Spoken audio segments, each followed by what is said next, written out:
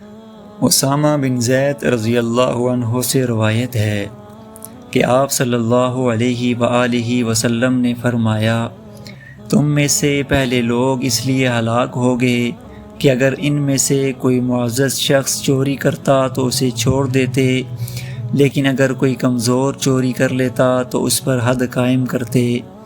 اور اس ذات کی قسم جس کے ہاتھ میں محمد صلی اللہ علیہ وآلہ وسلم کی جان ہے، اگر فاطمہ بنت محمد صلی اللہ علیہ وآلہ وسلم بھی چوری کر لے تو میں اس کا ہاتھ کاٹوں گا۔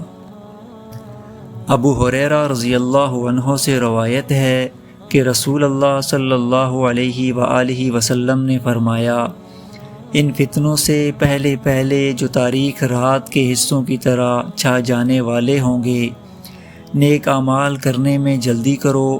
ان فتنوں میں صبح کو آدمی مومن ہوگا اور شام کو کافر، یا شام کو مومن ہوگا اور صبح کو کافر، اپنا دین اور ایمان دنیاوی سامان کے عوض بیچتا ہوگا۔ اس حدیث مبارکہ میں رسول اللہ صلی اللہ علیہ وآلہ وسلم نے یہ خبر دی ہے کہ قیامت قریب فتنوں کا ظہور ہوگا۔